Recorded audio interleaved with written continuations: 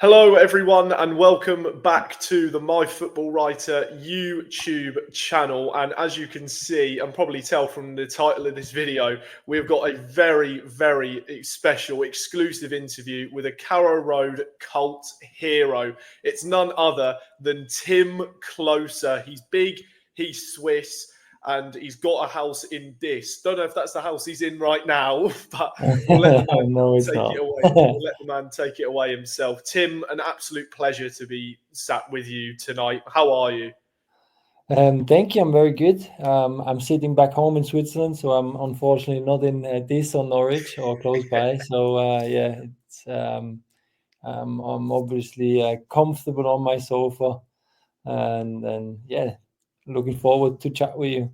No, thank you ever so much again for your time. And yeah, hopefully you can relive some fantastic memories. And really, there's no better place to start than February 2018. A certain East Anglian derby match at Carrow Road. There you were, you popped up on the end of a delicious Grant Hanley cross, nodded it past Bartosz Białkowski, Q, absolute pandemonium. That moment for you? I mean, you've probably been asked this a million times, but that moment, just, of course, your celebration, of course, you just throw that fist up in the air, you're screaming at the Barclay end. Would you say that is that up there with one of the best moments of your entire career, or where does that rank for you in terms of course, you had a brilliant playing career. You played in Germany with Wolfsburg, of course, Bristol Yeah. City, even where you played against Norwich. But that moment for you, where does that rank, you feel, over the course of your playing career? I mean, it's quite high, obviously, because of the timing of the goal and because of the situation. Obviously, it was a derby as well, which was like special. But I mean, scoring goals as a centre back is always special. But then to do it in that way, in the 94th or 5th minute as well, after going down one nil, it's obviously a special. It was a special moment in my career, and I don't. Well, if I look back, I think that gave me a bit of a status then at the club. Obviously, it helped me to maybe gain a bit of a legend status there in Norwich. But I mean, as I said, I always try to go out, leave my heart on the pitch, play for the colours, and I think that moment was just the climax of me being at Norwich, because it meant so much to me as well, because I felt very very much home at Norwich. It was like a second home for me, and then to give that back to the fans and also the club meant a lot to me. No, yeah, that's fantastic. No, and you spoke there. You said about whether because being a centre back, they don't score too often. But there was a game where you scored twice in one game. When we beat Nottingham Forest at the City Ground, remember it well. I think you even scored against Derby County on the Tuesday before that as well. So, albeit you say you didn't really, maybe you didn't score too many over the course of your career, but you scored three over the course of two games, and that's something. Some strikers couldn't even do that. Maybe even Teemu Pukki maybe had a run where he couldn't do that at one stage. Now, Timo, of course, he scored many goals, so I'm sure he made that.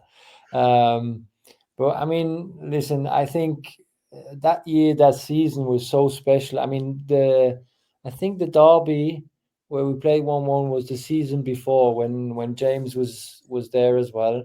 So I think he put the long ball to Grant Hanley. He then deflected it. Oh no, I deflected it. Grant Hanley went to get it and then crossed it. But the year afterwards was unbelievable as well, because no one actually had us on the radar at the beginning of the season, and no one thought that we're going to have like a great season because of the previous season, obviously, and to just go out and play that kind of football with such a young team, and being part of that, and helping like young players to get through the ranks, to get through the system almost, and being on the radar was just great. And obviously with the highlight at the end of the promotion. um, so I mean, that time was special. Norwich was just, I don't know I think it was 7 years in the end. I played for Norwich, and I guess I could say that was one of the best time of my life. Just because obviously the start wasn't easy. I played well. I thought we're going to stay in the Prem. Got injured, came back, wanted to leave because I didn't want to play in the second division.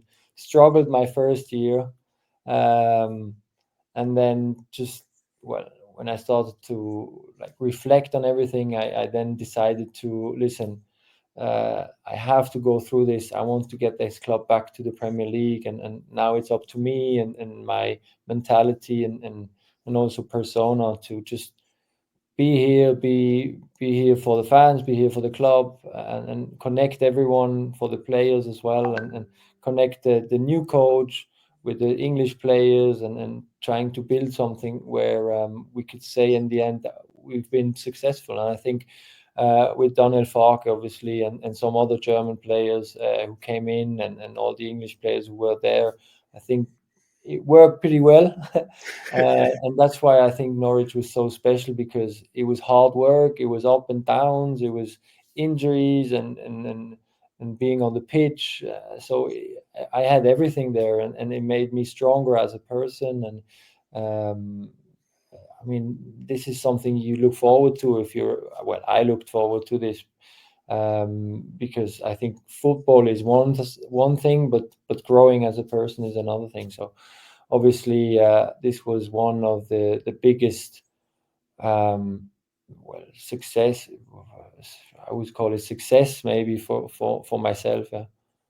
Oh, that's fantastic. But you said there about how you didn't originally want to go and play in the second tier of English football, and of course you said there you changed your mind, and for Norwich and perhaps yourself as well, as you alluded to, it was very beneficial, and of course ended up being promoted, and sort of then maybe it wasn't so successful in the Premier League, but you were part of as you mentioned, a brilliant season and a fantastic team under Daniel Farke, who I'm sure would rank very highly over the many managers you've had over your career. But what would you say, maybe, was there any moment for you specifically that made you change your mind and thought, no, as you already said, no, I want to stay at Norwich City, I want to continue my playing career here and get this team back? What maybe would you say was a specific moment where that really sort of that switched your opinion and you thought, no, I will play in the Championship and I won't jump ship and maybe just leave the team needing to get another centre back? I mean, when we got relegated, I had some offers from the Premier League, obviously, and from the Bundesliga to go back. And then obviously I tried to go back because I had some talks with the national team coach, and he said to me that if you're playing in the second division, I'm not going to be part of the squad anymore. And it's quite difficult for a player if you can't represent your country anymore. This is something that makes you very proud, obviously the family as well, and that's why I think I wanted to leave the club. But I mean, at one point, I obviously my family was also there all the time, my wife, and we had some chats about it, and she supported me all the time. It never, well, for her, it was like, it doesn't matter where you go, I'm going to be here and I'm going to support you. And the only thing I would say that kept me at Norwich in the end was after that year with Alex Neil, where I really struggled and I got kicked out of the squad actually by Alex Neil at the end of the season. No one knows that. I think Wow. that it was like Wes, me, and who else was it? Roddy. We got kicked out of the squad, and he said like, "You're not going to play for the club anymore." So I mean, that was for me the moment where I said to myself that I have to leave Norwich now. But then Daniel Farke came in, and the talks with him were so positive, and he showed me his plan and where he wants to bring the club, and with me, with my involvement. And then I think that was like the one of the big points why I stayed at Norwich in the end, because I thought like, yeah, it makes sense to me. There is a plan. I could be part like a bigger plan, not only me as a player, but also to help the club. And then I thought, yeah, let's do it. Let's give it a try. Obviously, it was perfect. We had like a 3-year plan where we said like after three years we would like to go back to the Prem, and it worked out perfectly after the second year. Yeah, no, it did. It was absolutely perfect, and that's very interesting. About how you had the talks there with Alex Neil, yourself, Wesley Houlihan, and John Ruddy. I personally didn't know that at all, and as you said, I would be quite surprised if quite a lot of people did know about that. That is genuinely quite revealing, really, to hear that, and how you sort of went through that process. And of course, as already mentioned, there's no surprise. Maybe you had those feelings of wanting to leave Norwich City, but of course, as the story went, and we all know, you stayed at the club and had that promotion, and were able to be there and be a part of Daniel Farke's side. And really, in that team, there was sort of, to start off with, there was quite a lot of competition with centre halves. There was, of course, Christoph Zimmermann, Marcel Franke also came in over the summer. There was Ben Godfrey as well, who ended up rising through the youth ranks and has gone on to have a really good Premier League career with Everton, and is now playing in Italy with Atalanta. But over that course of time as well, where maybe, of course, there was plenty of different options Daniel Farke could have gone with, did you feel that if you maybe had to go through a little bit of a challenge to get back into the starting 11, or did you think you always knew that maybe you were going to get that place, and you felt confident in yourself to solidify it? No, again, it was not many people know that, but now that my career is finally over, I think I can talk about it. Like, so when I was at Norwich, I did the whole season. Like, I think I think half of the season I played, and then I picked up a knee injury one training session, and then for some reason I couldn't get rid of the knee injury, and Daniel was talking to me and said, "I listen, I need you. We do have a great run at the moment, and it looks like we're getting promoted. So I need you in that team. I need you to play." And then I tried to come back and play some games, but the pain in the knee was so big that I just couldn't play longer than like 20 minutes or something. So the funny thing is, we tried everything with injections, with like yeah, different like kind of massages and therapies and stuff like that. But unfortunately, it did not work, and the pain was always there after like 20, 30 minutes.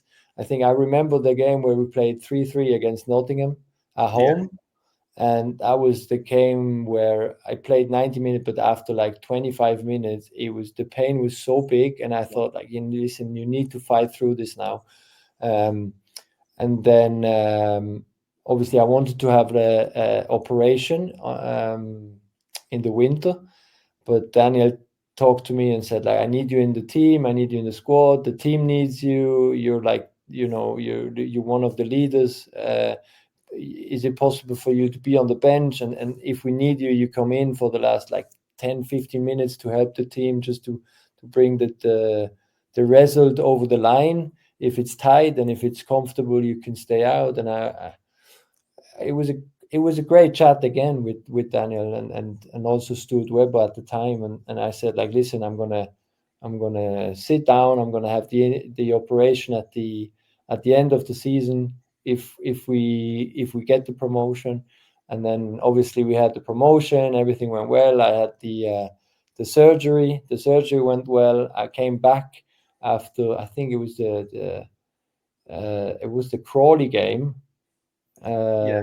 and then came back, and then I played the Crawley game, my first game, and the guy jumped into my knee, and I had a PCL injury. So that was just yeah, that was heartbreaking. And then I don't know. Yeah, I think I was shattered at that moment, because I wanted to play in the Premier League so badly again for this club, and help the club so much. And then when I came back after the PCL injury, we had like the last 10 games. Again, special situation. I came back after like 6 or 7 months, which was way too early. But again, they had no centre backs. They asked me if I could play. I said, of course I play. I want to play. And then I played, and it was not good at all because I couldn't sprint. It was so painful. I remember the game against Manchester United that in the Carabao Cup. It was like I was running out of fuel, and I picked up like 4 injuries in that game, and then I couldn't even play the next game. So like I picked up the red card, and I was so relieved because I knew I, I knew that I can't play the next game because I'm just my body is like done. I'm done. Like so. I mean, again, it was stupid from my side to go out and play those games, or maybe not take the operation earlier, but it was just the love and the passion for the game, for the club, for the fans that like kept me going, and also like the relationship I had with the club, with Stuart, with Farke, with Daniel, so and the players. No, that's absolutely sensational. No, that's amazing to hear. Really, that was you were able to just keep going despite, as what you've just said there, all those injuries, all those that horrible. I can only imagine how grueling that must be to have that long a surgery, that long time out, and not be able to play. When, of course, all that a footballer I would imagine would want to do is just play. And even you said there, 6 and 7 months in the sidelines, and still felt like it was too early. So I can only sort of I can never, well, I've never, of course, been in the position, but that must have just been, as you've mentioned already, just so difficult to have to sit that out and not be able to play. But then even that Nottingham Forest game you mentioned, it was your dummy that fell to Onel Hernandez, where he just buried it in for 3-3. A brilliant, quick bit of thinking from yourself. Would you say that that was Yeah, I maybe the couldn't. most? I couldn't. I wanted to take the ball, but then I thought, like, if I take the ball and now turn and shoot, my knee is gone. So I left it for Onel. No, yeah, that was brilliant, absolutely brilliant. So, well, of course, intentional from that side, but that Yeah. game and well, the whole season, as we've already said, just amazing and crazy season. So many crazy games as well. Millwall, Nottingham Forest, Bolton as well, just to name a few. But that Nottingham Forest game, of course, as we've already said, was such a long and great playing career. Where does that rank in terms of the most just amazing, bonkers, crazy games over Oh, your career?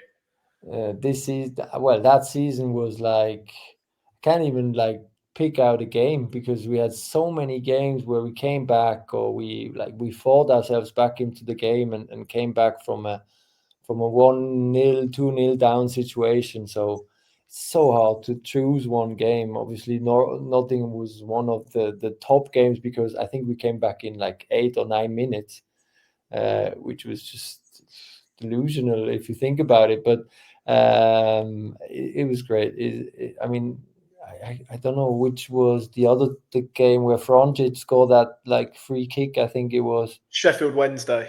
Sheffield. Yeah, see, like I have so many games where we came back at the end and scored, and some games were like Leeds away, for example, Yeah. where we just it was so easy. Like we thought it's gonna be so difficult, like it's crazy. Yeah. Oh, there you go. One so easy in that Leeds game. No, I was there at Ellen Road that night, and that was myself couldn't believe as to how well we played in that Yeah, match. we shushed them quite fast, actually. Yeah. Yeah, no, exactly. No, that was amazing that night. I'll never. Well, I've got Mario Vrancic scoring twice, and Tom Tribal was everywhere on the pitch. He was phenomenal that game, and that I feel as if that game that summed up that team really for me. Watching it as a fan and looking back on it so fondly, that team, as you already said, they never gave in. That was just. I'm guessing that was just a pure philosophy from Daniel Farker, and that was Yeah. his mentality. You will never Even give in, and you fight. even the last game against Aston Villa was the same, Vrancic scoring the 2-1, and like, games where we thought like, okay, they are actually quite close and it could be going in both direction, but like we always found some energy and strength to to go after like 75, 80 minutes and go and just we wanted to win the game or at least not lose it, and it worked well because Yeah. we had the energy and we had to believe, and so yeah, it was good. No, that's fantastic. No, that's amazing. But one player who in that season, of course, was phenomenal, Emiliano Buendia, now at Aston Villa, a Champions League team. Now, you've played as well with Kevin De Bruyne at Wolfsburg. Now, you can probably guess where this is going to go. Don't Kevin compare. De No, it's Bruyne. not like you can. Well, Emmy, I love Emmy so much. I think he's a great player, and we got along pretty well. Um, but you can't compare it to Kevin. No, Kevin is. Kevin was at Wolfsburg. He was already different, but now he's no, of the course. career he had and everything. It was just he's still like is top class. Like Yeah. we're talking like one of the best, if not the best, assists play as how can you say that Just assist player? playmaker. Yeah, playmaker in Premier League history. Yeah. So it's hard to put Emmy and Kevin De Bruyne on the same line. I think Kevin is still up there, but I mean, I had the chance to play with so many good players throughout my career, and I'm really looking forward to James's development as well. I think he's doing a great job at Spurs at the moment, but I mean, there is still so much air for him Yeah. to go after, and he's still young, and I mean, for me, it's a shame that he's never picked for the national team, but that's another question. Now a Yeah. German is taking over, so maybe he will be back. I don't know. Yeah. Um, Maybe. but Yeah. you know how it is. Like now in modern football, I think what is missing are those players who like do something very special, Yeah. and we have a lot of robots at the moment on the pitch where you tell them what to do, and then they follow your lead obviously, but we need also players who think beyond or outside the box, and James obviously was one of those players. Emmy is one of those players, and we need to push players like that. I think these are also the players who fans are going into the stadium for, because they want to see players like that. They do not come for me. Uh, I can put on a show obviously as a centre back and tackle someone or stuff like that. But in the end, it's the offensive players who the fans are connected the most. Yeah, no, of course, yeah, they are the ones, as you've just said there. They excite you. They get fans off of the seats, and they're the ones who can bring that excitement to a game. And that's a point I feel a lot of people would most likely agree with you on. It does feel as if, with what you said there, every player seems to be a bit more involved within a system, and it does hinder them. You feel there are a lot of players who maybe have had that over their career where they've not maybe reached the heights that they were expected of because they are used in a different role or a different position. And James Maddison, you already mentioned, maybe that could be with him. Of course, still such a creative player and so technically gifted, but that is something. Do you think maybe that may change one day in the near future, or is football? Is it from your viewpoint? Pep, Do you man, feel? Pep is the problem is Pep set like such a high standard in football now. Everyone wants to play his way. Everyone wants to play that possession-based football, and I think everyone is after it, but no one thinks about like what are the solutions if you do not have like on each position like 100 million pound player. Um, but again, it's down to the coaches in the end, and work with what they've got. I think this is the most important thing, but also use the creativity of certain players if you have them. I mean, Alex Neil did a great job with, for example, Wes Houlihan, to let him play how he wanted to play, and Wes was just amazing. And then the same, what we thought it's going to be the same under Daniel Farke, but it did not work because Daniel had a clear system on this position. So you see, like each coach is different, and uh, it's so hard because the modern football is just how it is. Everyone wants to play and high press, and play out from the back and stuff like that. Maybe in the second division in England, you still have like a bit of a kick and rush with like teams who think or who know that they don't have the best players, and that they need to work with like long balls, big strikers, second balls, and stuff like that. But yeah, we're moving in a direction where, and I can see it in Switzerland as well, because I work with the youth team here at FC Basel as well. It's the same. It's the same. We try to find personalities. We try to find like the players who can make differences in a game, and it's getting harder to find them. Yeah. Yeah, no, it certainly is. So, you just said there you're now a coach, part of the youth setup with Basel. Is that a course of your career you see now? Are you looking to become a coach and maybe implement your own ideologies into a few more players, or are you happy maybe just to take a little more of a backroom staff role and then just be sort of just We will. overlook it? I mean, we will see how it develops. Doing the UEFA Pro license with the FA, which is quite nice, and also good for me to like still keep in touch with the English football. And I really do like the program with the FA. I think it's brilliant, and how they look at football. It's very interesting to learn from them as well. But also, it's great for me to go back then to Switzerland and bring some things I've learned, I've experienced in the UK, and as you mentioned, I'm like now doing like coaching stuff. I'm the defensive coordinator for the youth at FC Basel. I'm doing a talent management as well, where I have my players and I have to analyze them, talk to them about like how they can improve themselves. So it's very interesting. So just to see all the sides of football and learn and absorb as much as possible, and also sometimes look at the back as well, as how do they work in the back, how do they do different things, approach players, how do they work with players, how do they decide who's going to stay, who's going to leave. So it gives me a big spectrum of maybe what do I want in the end. So it's just, in football terms, I went step by step, and now I have to go back the stairs, come down again, and restart to climb every step. Yeah. No, that's very good. Hopefully, you're able to keep climbing those steps and you can go through your application with the FA, and hopefully that all goes brilliantly. But one last little topic, just to touch on, of course, Norwich City, a new manager and a new era now at the club.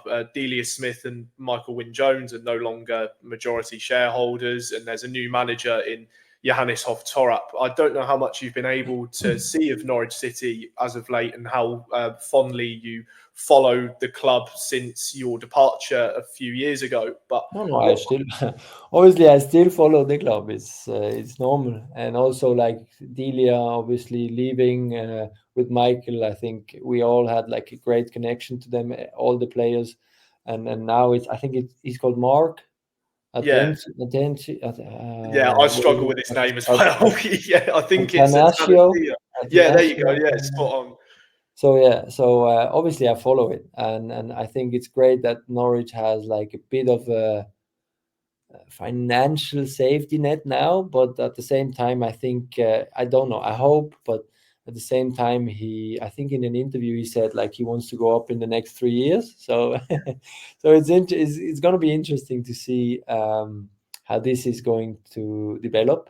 And on the other hand, I think that the manager who is in now, he wants to play a certain style of football, which could be um, beneficial for the club, as well as I think Jack Wilshere is there as well now. Yes, yes, he is. Yeah. Um, and I was talking about him with some guys at the FA, and they all spoke very highly of him. So obviously you have some expectations now, as now I am a fan of Norwich City Football Club. Yeah, well, we'll see how it goes continuously with Jack Wilshere, Johannes Torap, and everyone Yeah, else. but I hope I could come back maybe this year or next year to watch a game, and just come back to Carrow Road, because I was never able actually to say goodbye in front of the fans, but just to be there again in the stadium and see everything. I don't need to have a goodbye, but just to be there again and see everything, that would be like a little goodbye for myself, rather than just seeing everything from the distance, or watching everything from the distance. Yeah, no, and I'm sure everyone at the club would be more than happy to have you back. It would be lovely to see you at Carrow Road another time, and hopefully it wouldn't be the very last. And it's a familiar face we get to see back in Norwich again. It would be amazing to see you back. But anyway, thank you again, Tim, ever so much for doing this for the channel. And I hope everyone watching it has enjoyed it as much as I have sat here and speaking with Tim. Some amazing insight over his career. And much like the rest of us, he's very excited for the future. So, Tim, once again, thank you ever so much. And I massively appreciate it. No problem. No, thank you. And to anyone watching, goodbye. And we'll see you in the next video of ours here on the channel.